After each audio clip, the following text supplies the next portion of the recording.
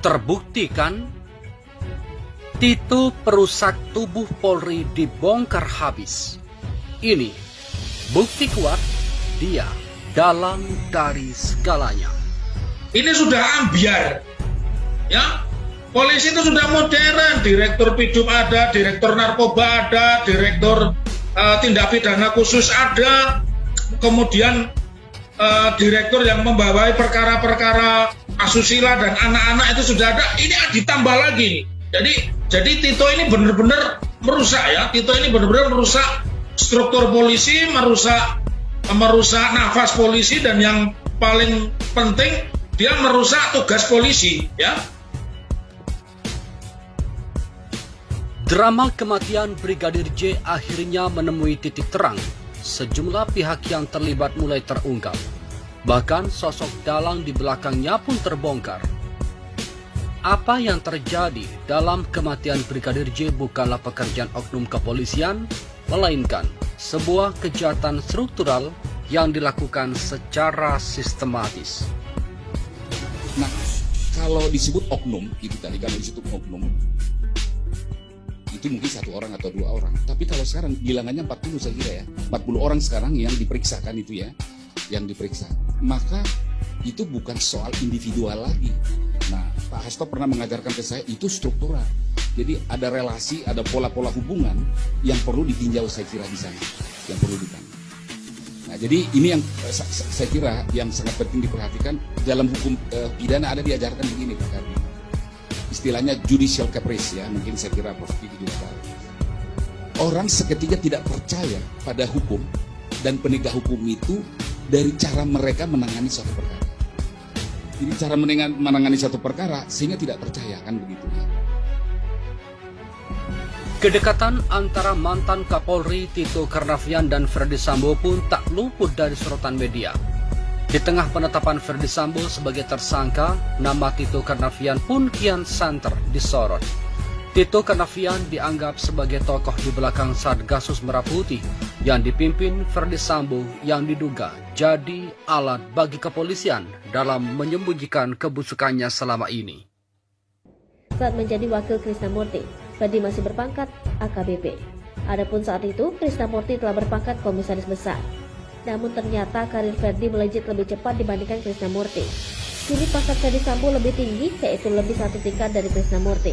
Bukan itu saja, jabatan Ferdy Sambo juga tergolong penting di institusi Polri, yakni Kadif Propam Polri. Sementara Krisnamurti saat ini menjabat sebagai Karomisinter di Hubinter Polri dengan pangkat Brigadir Jenderal. Lonjakan pangkat Ferdy Sambo yang mengalahkan Krisnamurti membuat netizen heran. Tak sedikit mempertanyakan prestasi apa yang telah ditorehkan oleh Ferdy. Orang seperti ini ada kelainan jiwa dan sebagainya, masa bisa menjadi pimpinan tertinggi? Polisinya polisi itu nggak bisa diterima oleh akal sehat. Pasti ada sesuatu, ada something wrong. Berarti untuk memberikan jabatan, untuk menaikkan pangkat, memberikan tugas sangat subjektif, begitu? Berdasarkan ya, suka dan tidak suka kurang lebih seperti itu. Kapolri ataupun atasan. Kurang lebih begitu? seperti itu. Harus kita nyatakan kurang lebih seperti itu. Apa dasar apa? Orang dengan prestasi bagaimana bisa menjadi Kadif Propam? Saya ingat Kadif Propam yang dulu itu luar biasa. Nama Tito Karnavian dianggap sebagai sosok awal yang merusak citra kepolisian di mata masyarakat. Tito ini sejatinya yang merusak, ya, merusak struktur Polri, merusak mentalnya polisi. Dari tadinya dia sebagai reserse atau reserse kriminal yang profesional, dia menjadi bekerja, menjadi mata-mata untuk kepentingan politik. Jadi ini jelas institusi atau lembaga yang saya sebut embrio dari polisi di dalam polisi, karena dia bisa menyelidiki perilaku polisi. Padahal sementara mereka punya punya institusi tersendiri yang khusus memang dipakai untuk bagaimana memeriksa polisi yang bermasalah, tetapi nampaknya ini sengaja dibuat seperti itu. Selain itu, Satgasus ini juga berusaha menangani perkara psikotropika, narkotika, tindak pidana korupsi dan pencucian uang serta ITE. Jadi kalau kita lihat, ini bahasanya orang Solo, bahasanya Didi Kempot, ini sudah ambiar. Satgasus di tubuh Polri ini disinyalir menjadi semacam super body dan sudah terbukti menjadi super body. Kemarin kebetulan saya ada di satu kota dan di situ saya diminta oleh polisi untuk didengar keterangannya sebagai ahli. Polisi itu setengah berbisik kepada saya. Saya turut senang Pak, karena semua Kapolda itu juga takut dengan Satgasus. Kenapa? Karena ketika Sambo ini telepon di tempat juga ada masalah, itu semua Kapolda sudah bagaimana caranya sowan kepada Sambo. Jadi mustahil orang yang merencanakan sesuatu itu tanpa motif.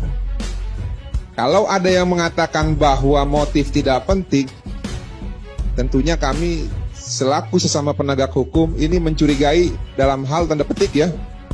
Apakah ada dugaan untuk pada saat persidangan nanti dimungkinkan untuk dikenakan pasalnya 338. Karena ini perbedaannya hanya pada rencana. Rencana tanpa motif itu rencana yang prematur. Tentunya kalau seorang jenderal dan ajudan tega menghabisi orang secara sadis seperti itu yang juga ajudannya, tentunya ini pasti didasari dengan motif yang sangat kuat. Apa yang menjadi motifnya? Menurut analisa saya dan tim, ini terkait dengan informasi, Bang Karni.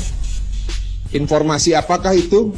Tentunya informasi yang berhubungan dengan reputasi dari sang pembuat rencana, dalam hal ini sang jenderal, yang kalau keluar ini bisa membuat sang jenderal secara reputasi dan jabatan akan terancam. Portofolionya ada di bawah presiden. Ya, portofolio presiden menegakkan hukum tuh Jaksa Agung dan juga Kapolri. Karena presiden sudah bicara, saya pikir akan diimplementasikan oleh Jaksa Agung dan Kapolri dengan mengawal kasus ini. Tetapi ingat, pengadilan adalah independen, ya. Bisa saja dia membebaskan atau menghukum ringan, ya, karena ada konsolidasi, gitu loh. Oleh karena itu masyarakat juga jangan habis energi di sini nih. Pemantauan terhadap proses peradilan penting. Oleh karena itu pemantau peradilan harus mulai juga memberikan perhatian. Jadi seperti ini yang saya mau sampaikan. Hati-hati dengan proses peradilan, ya. Oke. Hati-hati dengan proses peradilan. Kita harus memberikan energi di sana juga. Mirip nih seperti yang disampaikan Pak Heruda. Iya. Ada yang berusaha buying time, kemudian berusaha mengkondisikan sesuatu. Kita harus fokus ke pengadilan. Kenapa Anda mengisyaratkan seperti ada sesuatu sekarang? Iya, kalau bagi saya yang paling penting sekarang kemudian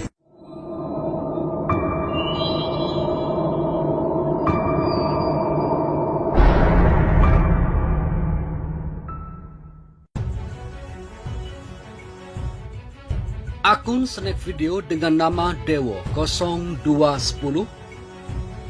membagikan di laman berandanya Tito Karnavian yang bikin Polri ambyar dengan ide dibentuknya Satgasus Merah Putih.